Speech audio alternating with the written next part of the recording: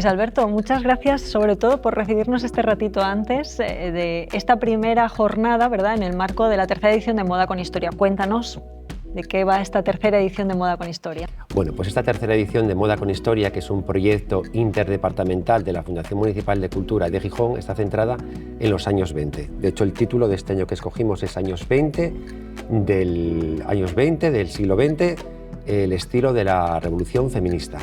Hoy, como decíamos, es una de las jornadas, pero va a haber más sesiones, ¿no? Hay una exposición, sí. Cuéntanos un poco todas las actividades.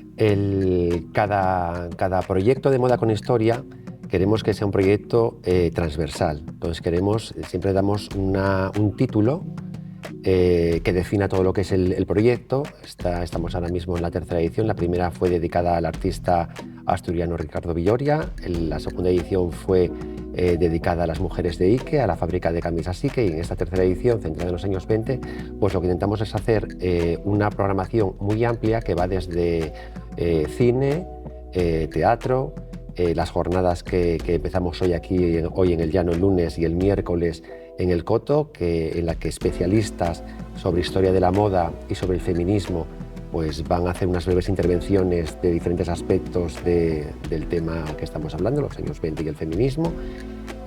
Como te dije, tuvimos teatro, tenemos una exposición en la que mostramos 2 vestidos pertenecientes a la colección de indumentaria del Museo del Pueblo de Asturias.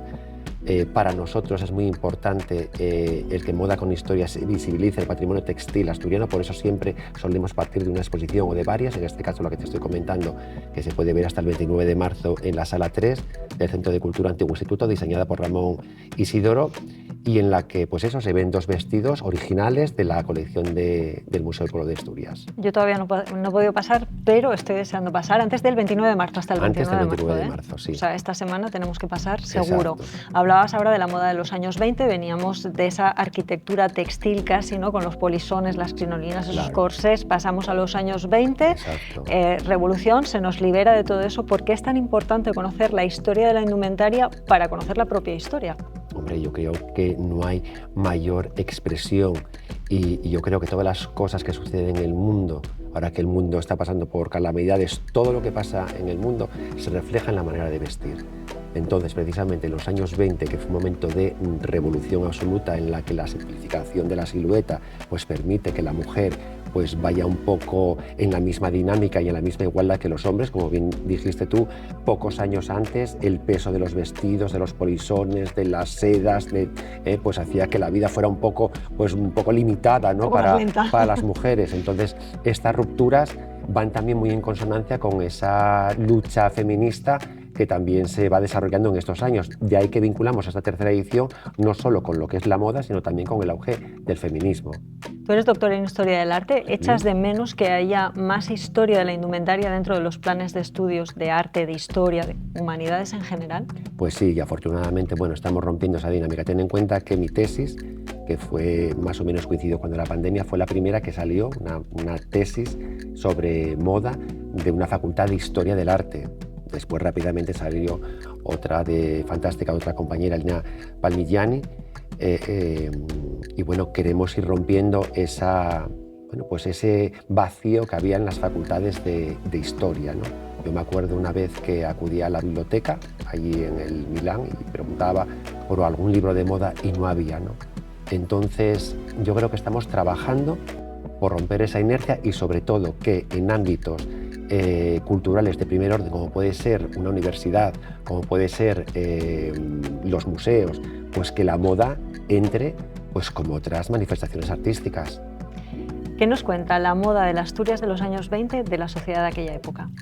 Hombre, pues nos cuenta muchísimas cosas. Nos cuenta cómo la sociedad asturiana, las mujeres, sobre todo las jóvenes, deciden romper absolutamente con todas las tradiciones decimonónicas, con todas las tradiciones que venían arrastrándose desde el siglo XIX. Se ve muy bien esto en las fotografías. En esa fototeca de Asturias, que tenemos una colección fantástica, vemos cómo muchas fotografías en las que posan, por ejemplo, la abuela y la hija, o la abuela y la nieta, cómo hay esa ruptura a la hora de vestir, cómo esas jóvenes cogen muy bien esas modas que vienen de París, esa moda nueva que hablamos, simplificada, de las faldas cortas, y cómo posan al lado de esas señoras mayores con sus pañoletas, con sus mantones, que verán a sus nietas, con sus hijas, con toda sorpresa, como diciendo, vamos, estas mujeres, ¿por dónde van?, ¿no?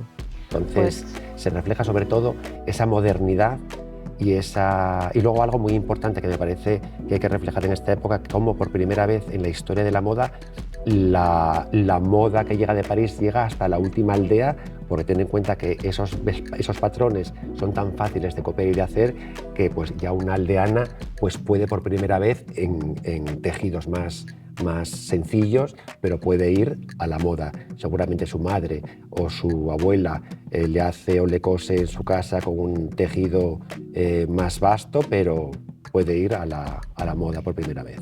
Y no me quiero despedir rápido, es que antes has hablado de patrimonio textil. Vamos a hacer aquí un alegato para la conservación del patrimonio textil, es parte de nuestra memoria cultural y es importante conservarlo, conocerlo, interesarse. Sí. Vamos a hacer un pequeño alegato para defender el patrimonio textil. Pues el que siempre hago y por el que llevo luchando, yo creo que media vida, que es la importancia de que en Asturias se cree un espacio de investigación, pero también de conservación del patrimonio textil asturiano, que cada día pues, se va perdiendo, porque se ha tirado todo.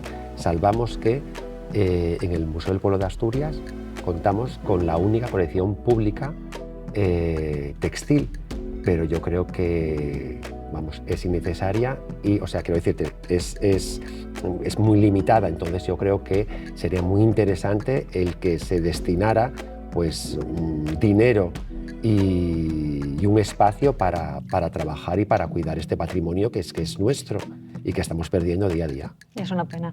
Oye, muchísimas gracias. Gracias por esta iniciativa, me parece súper interesante y muy necesaria, así que os felicito por ella y nada, que vaya todo bien. Yo a ver si esta semana voy a la exposición.